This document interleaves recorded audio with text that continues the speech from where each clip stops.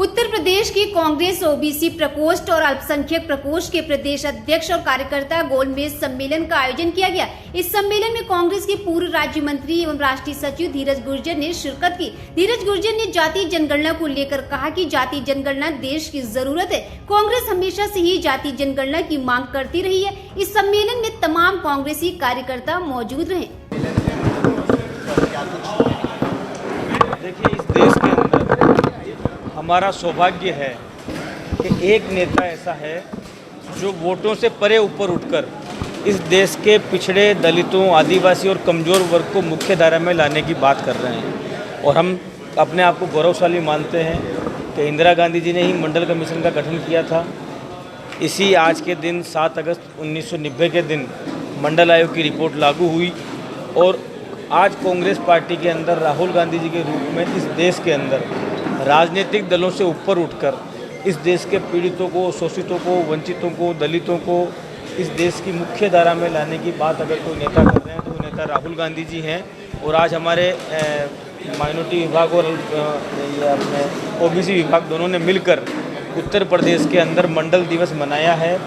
इसके सम्मेलन के अंदर इस बात पर विचार रखने के लिए कि जिसके जितनी भागीदारी उसकी उतनी हिस्सेदारी और जातिगत जनगणना के माध्यम से इस देश के अंदर लोगों को उनका अधिकार दिलाने की बात करने के ऊपर पूरे दिन सम्मेलन होगा। लोग अपने विचार रखेंगे और उन विचारों को फिर नीचे जिलों तक ले जाएंगे, लोगों को जागरूक करेंगे कि ये विषय एक राजनीति का विषय नहीं बल्कि लोगों की जीवन शैली से जुड़ा हुआ विषय है, जो लोगों के जीवन में उनको समान अवसर प्रदान कर पाएगा। इस देश के अंदर संविधान के अंदर सबसे पहले यही कहा गया है कि इस देश के हर नागरिक को आगे बढ़ने के समान अवसर मिलने चाहिए। जो पीछे हैं वो कैसे आगे आएँ, यही बात महात्मा गांधी जी ने कही थी कि जब आप लोग कोई निर्णय करते हैं तब आपको ये सोचना चाहिए कि मेरे निर्णय का असर अंतिम पंक्ति में खड़े हुए व्यक्ति के ऊपर क्या पड़ेगा, तो आप इस देश के अंदर निर्णय सही कर पाएंगे। दुर्भाग्य से इस देश के अंदर आज जो सरकार है वो सरकार किसी वर्ग के लिए, किसी जाति के लिए, पिछड़ों के लिए, दलितों के लिए, आदिवासियों के लिए, अल्पसंख्यकों के लिए काम करने की जगह पर उद्योगपतियों के लिए काम कर रही है। लोगों को ईस्ट इंडिया कंपनी ने जो दिन दिखाए थे कि इस देश के व्यापार पे कब्जा करने के बाद उन्होंने इस देश के ऊपर कब्जा कर लिया था, कुछ वैसे ही हालात बनते जा रहे हैं कि औद्योगिक घरानों में जो इनके मित्र लोग हैं उनको इस देश के तमाम उद्योगों पर कब्जा कराना चाहते हैं। उसके खिलाफ हम लोग अपना मंडल दिवस मना रहे हैं और अपनी इस बात के ऊपर चर्चा कर रहे हैं।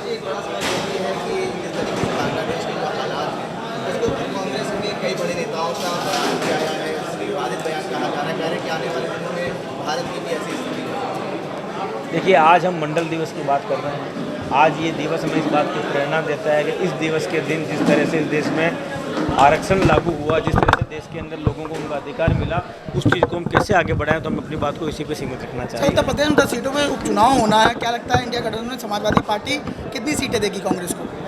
हमारी उनसे लगातार सकारात्मक चर्चा चल रही है। आपने देखा होगा कि लोकसभा के सदन के अंदर भी राहुल गांधी जी और अखिलेश यादव जी और इंडिया गठबंधन के तमाम साथी भारतीय जनता पार्टी के लोगों को मुंह तोड़ जवाब दे रहे हैं। इंडिया गठबंधन यहाँ पर गठबंधन के अंदर ही चुनाव लड़ेगा और इस सीटों पर भारतीय जनता पार्टी को करारी हार देगा। आप लोग कितनी सीटों की मांग कर रहे हैं? ये अब पत्ते आपके सामने अभी हम नहीं खोलना चाहते। ठीक, थैंक यू।